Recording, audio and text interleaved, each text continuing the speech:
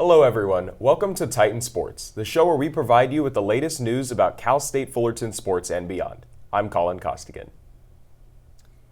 Hey Titan Sports fans, I'm Sergio Gonzalez. How's it going, everyone? I'm Justin Rosette. And I'm Jonathan Mansour. These past couple of weeks have been packed with exciting events, so let's go ahead and get into the first story of the day.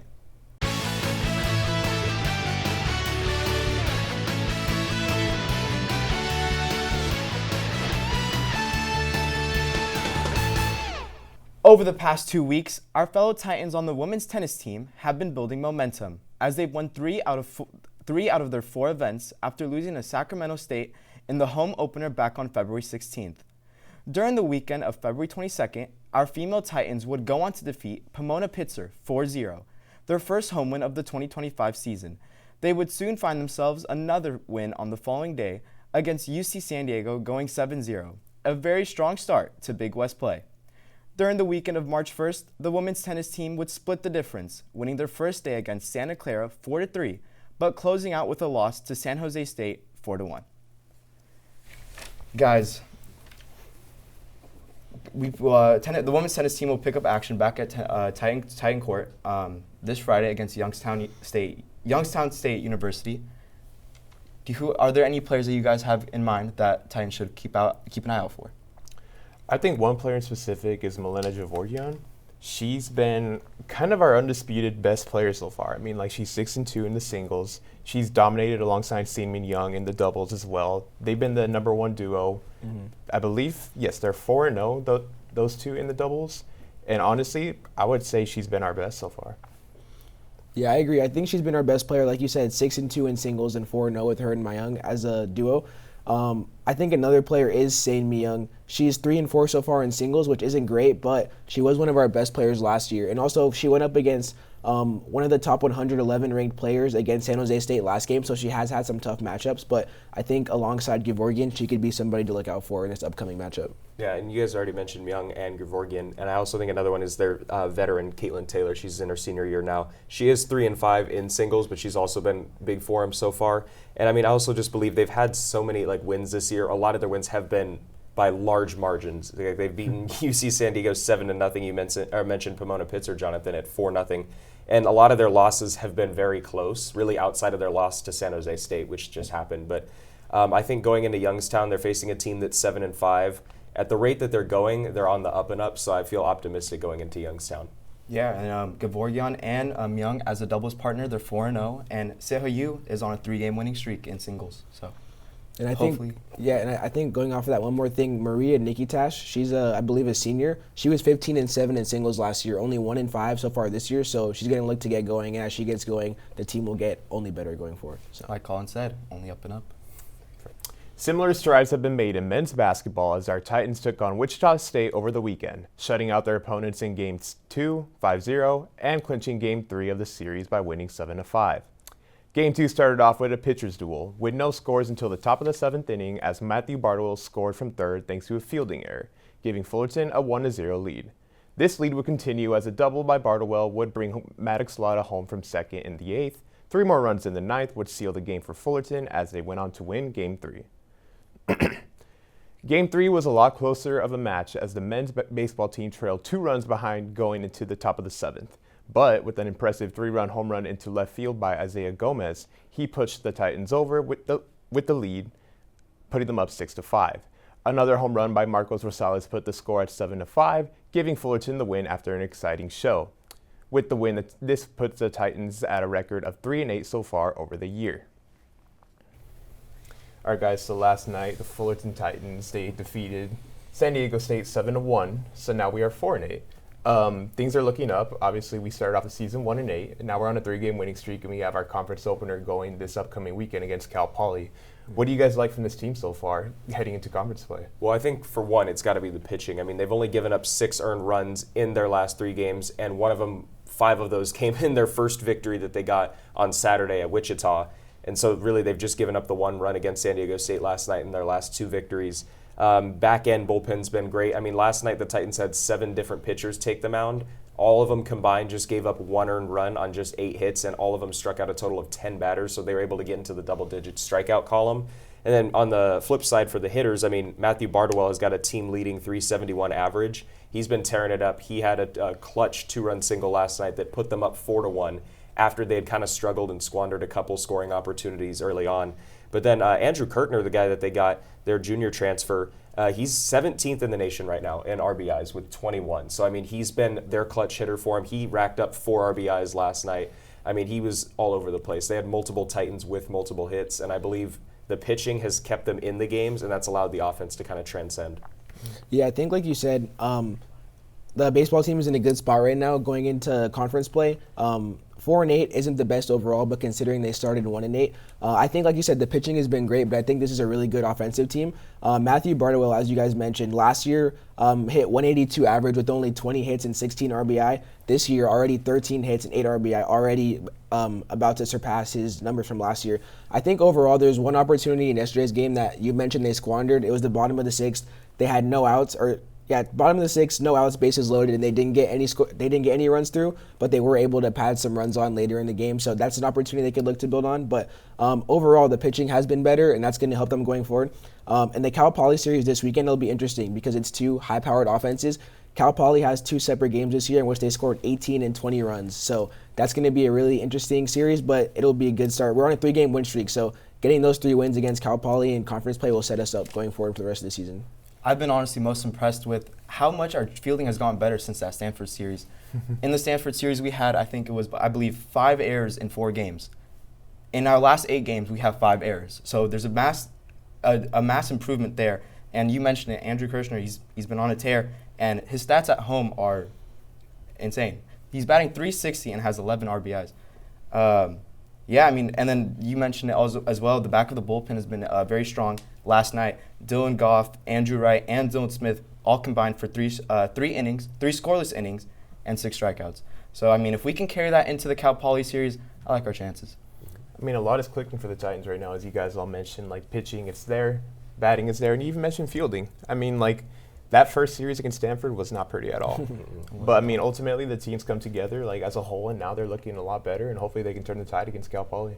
Yep, and even with some of those, I believe they had 2 errors last night. One of them came in the top of the 7th inning when they were only up by 2-1, but yet they were still able to rally up. They were able to slam that door shut. I believe it was Goff pitching. So just for them to be able to recover and not let the small mistakes get to them is something that's really been crucial for them as well.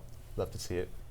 Onto the softball field. Our Lady Titans partnered up with the Athletics to announce the Judy Garman Softball Endowment to honor Garman's legacy as the first head coach of the Titans softball team.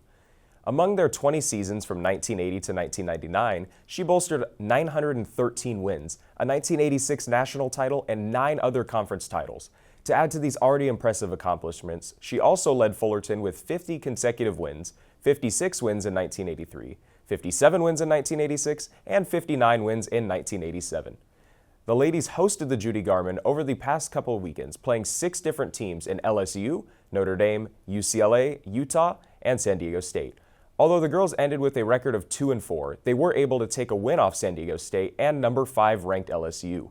The Titans are currently 13-9 as the season is in full swing. The Titans hit the road as they play against San Diego in 3 games, starting on Friday, March 7th at 5 p.m. All right, well, let's just get right into it. Judy Garman Classic, always great. It's an amazing annual tournament that we host here at Anderson Family Field. Unfortunately, this year, they obviously did have to play some tough teams. They did go 2-4 in the tournament, but they were able to fend off. They started it off hot, and they finished it off nicely, beating 2 ranked opponents, which is the first time they've done that this season. So what are your guys' thoughts of this team so far?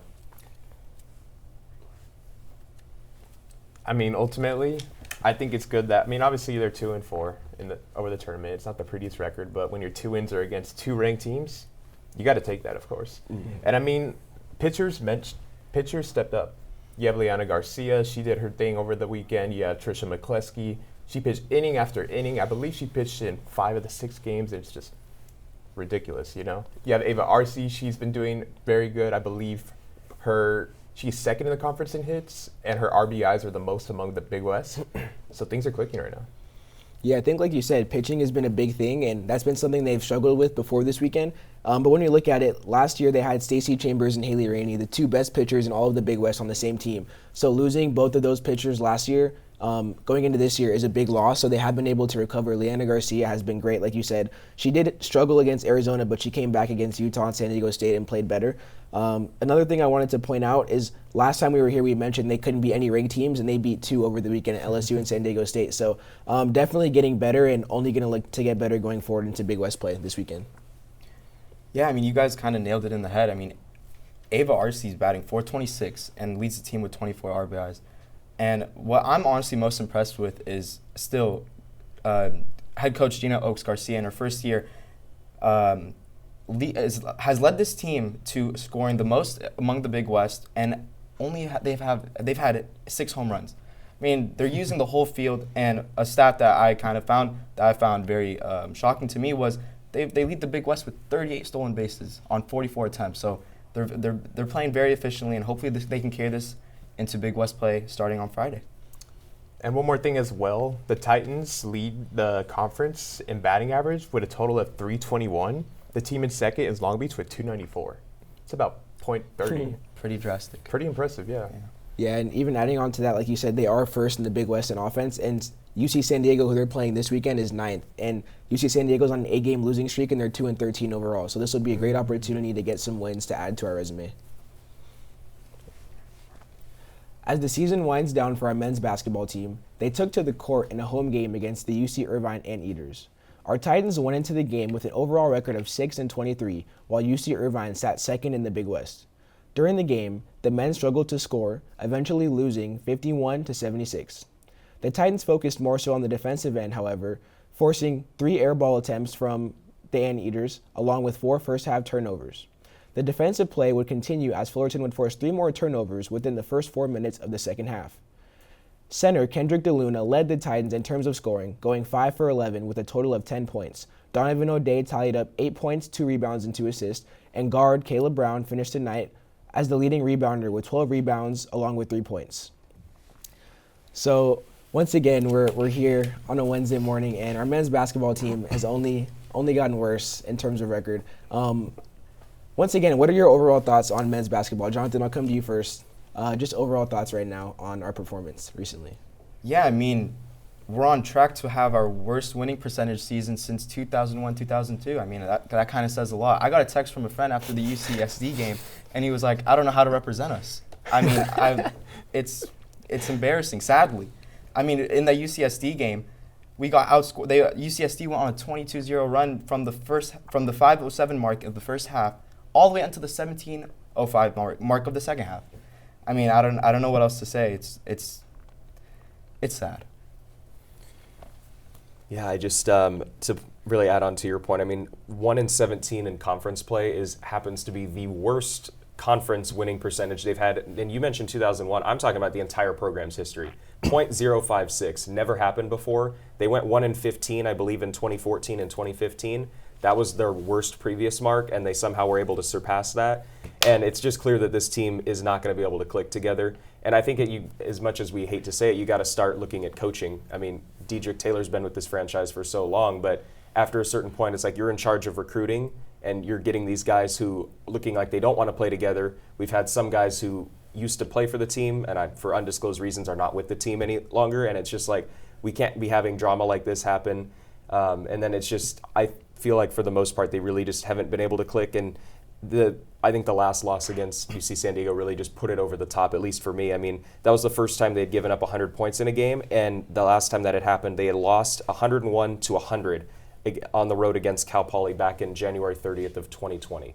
So it's like, that was a close game. This was just a complete embarrassment to begin with.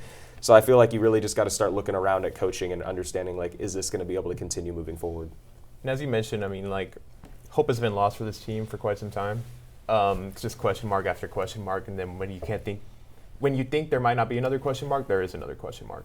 I mean, they have the worst rated offense in the league. Their defense is second worst to Cal Poly, who even then it's like not that big of a margin. Nothing clicks at all. Rebounding, our centers on Thursday's game against UC Irvine, our centers, Kendrick DeLuna, Zachary Vicentin, 2 guys that are 6'10 and 6'11, combined for 3 rebounds, and they each played about like 30 minutes in the game. You have shooters that are not shooting. Our Our three-point percentage against the Anteaters was 15%, and that wasn't even like our worst clip. I believe there were like 5 games that were worse or something like that. Mm-hmm. It's just overall disappointing. You mentioned coaching. I mean, like, I'm curious as to what you guys think, but like going forward, like, do you think coaching remains, or like, how do you even look at this team with a positive outlook going forward? It's a difficult question to answer because it's like you understand the type, like Coach Taylor obviously is the winningest coach we've ever had in this program's history. So it's like that alone, you have that mark going for it and you have the history behind it. But then you also got to think it's like, when do we need to move forward? Because just 3 years ago, they were in the NCAA tournament. I mean, we got guys like Vincent Lee that were playing against Paolo Banchero, and now we've got Caleb Brown, whose brother's in the league, but he himself has not been playing anywhere near to what his brother has played at. And it's just like, you have the players and you have at least somewhat of the talent, but they just don't have the team. And I think when the team isn't playing well together, it starts in the locker room and it starts with the head coaching. And I believe at least in Taylor's mind, it's like he's done what he thinks he can do, and now it's just whatever happens, happens. Yeah, I think looking overall at this team, I'll get to the coaching part in a little bit, but overall, our last 4 games, we've lost by 37 points, 30 points, 25, and 45 points. It's been brutal out there. And another point I wanted to bring up, last year in the Big West, Cal Poly, like you mentioned, they were 0-20. They didn't win a single game. This year, they have 6 wins. And I think the biggest thing in basketball is you have to be good at something. Like you said, we're last in offense and second to last in defense. We're bad in both categories. Cal Poly, they have the worst defense, but they have the best offense. They went from 0-20 to having the best offense in the Big West, and now they're fighting for a chance to go to Nevada. So they got better at something. We just don't have anything that we excel in. And so it makes sense that we're getting blown out by 30 every game because, like you said, it's just not cohesive. There's nothing that we really excel at. So when it comes to coaching, it's kind of tough because Coach Taylor has been so great, the winningest coach in program history. I think this offseason, I wouldn't move away from him just yet. I would say we need to focus on, I think it's just a lack of talent. Like recruiting, I don't know what a recruiting process is, but it has to get better. There's just, like we said, we only have one guy averaging above double figures this year. Like, our scoring is just not there. And so when you put a collection of guys that can't really score, you're going to have games where you get blown out by a lot. So recruiting has to be better. I think if we have another season this bad, then you might have to look otherwise, but I wouldn't pull the trigger on Coach Taylor just yet. He's a good coach when he has talent. I think him being the coach is a part of recruiting talent, so he has to be better for that. But I don't think the coaching is the thing just yet. I think we just don't have any talent this year, enough to win games at least. Yeah, I mean, hopefully we can finish strong at these last 2 games against Cal Poly and UCR, just so we can show some recruits, hey, we can be competitive. But, I mean, that's hard when you're giving up 20 turnovers and it's leading to 30 points for the opposition. Over to our female Titans in women's basketball. The team traveled to the Brenna Events Center to challenge UC Irvine as the season slowly comes to an end. Unfortunately, the game ended with a loss at 62-34. Fullerton struggled offensively against Irvine's Anteaters, shooting 23.7% from the floor and 71% of their points coming from inside the paint. After UCI led the first quarter, Fullerton took the second going on a scoring run with Madeline Muniz back-to-back three-pointers and Damani Lagway's layup and free throw. The momentum would shift in the third quarter as the Anteaters would outscore the Titans 24-6 for the period. This deficit would be too much for our ladies to come back from going into the fourth. After this game, the Titans are 7-20 overall and 5-12 in conference play. Guys, there's just 2 games remaining left. Being a part of the Big West Conference tournament is still possible. Do you guys think that can happen? I really do. It's going to be a bit of a tight ship for them to navigate. I mean, you're back 2 games. You only got 2 games left. But, I mean, their opponent on Thursday is Cal Poly, and that's huge. They've already defeated Cal Poly, so if you beat them again, you got the tiebreaker, and you got to win out on Saturday and hope for a loss for Cal Poly on Saturday. I think it's definitely a possibility. Yeah, and you're right. They actually have UCR coming up right at the end of the year. They do have to go on the road for that game. They actually, I mean, you mentioned they're 7-20. They actually are now 7-21. They lost pretty badly to UC San Diego, but UCI and UC San Diego are top 3 teams in the Big West. They're very strong. Whereas Cal Poly, you mentioned, they had a come from behind win on the road. So I feel confident that they can beat Cal Poly at home this week. But the UCR game, they're going to have to win that one, of course. But I believe Cal Poly, I mean, if they're able to defeat them this week, they have to lose to Long Beach, who's 15-12 on the year and 11-7 in conference play. So they have a tough task for them. So I mean, if Cal Poly doesn't beat us this week, it's looking very bleak for them because Cal State Fullerton has a much better chance at beating UCR than I would say Cal Poly has at beating Long Beach. Yeah, I think it's going to be difficult to get in. We have to, like you guys all said, Fullerton has to win both games. We need Cal Poly to lose both games. I think the game it's going to be a high emotional night on Thursday. It's going to be senior night. It's going to be the last time for Aichel Hernandez and Emily Strawn. And they're also it's a must-win game, so they're going to come out with a level of desperation. I think our best players, Hernandez and Aaliyah Stanton, are going to have to play well. Whenever they play well, the team plays well all together. I think Cal Poly did beat Long Beach earlier this year. So even if we are able to beat Cal Poly, it's still going to be tough for us to get in if they do beat Long Beach again. But Riverside playing on the road, and Riverside's a team that's also fighting for positioning, so they're definitely not going to give in. So it's going to be tough overall. I think I have to say I am proud of the way that they've rallied in the second half of the season after starting off really bad, and they have had some tough games as of late against Irvine and San Diego. But honestly, I don't know. It's going to be tough, but I think they can do it. It's just most important is going to be getting the first win tomorrow night. Yeah, I think I want to add on real quick. Maddie Taro, I think she can play as an X factor for tomorrow's game. In the first game against Cal Poly, where the Titans won 67-64, Taro, she was a big piece in that game, and she got hot. She got hot at the end of the UC San Diego game, scoring 6 of her 11 points in the fourth quarter. So hopefully she can carry that over and be an X factor. Our women's water polo team recently competed in the Convergence tournament, dropping both matches on day 1 against Mount St. Mary's 9-8 and Villanova 9-10. Day 2 ended with a split, winning against Biola and a triple sudden death overtime, 12-11, and then falling short against LaSalle 8-7.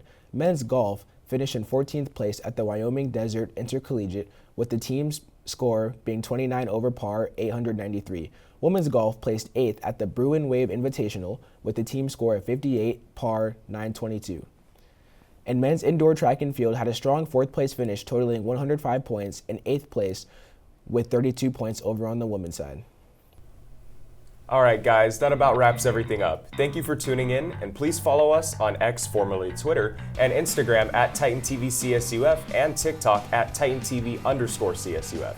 We hope you enjoyed the show, and we look forward to seeing you all on the next episode of Titan Sports.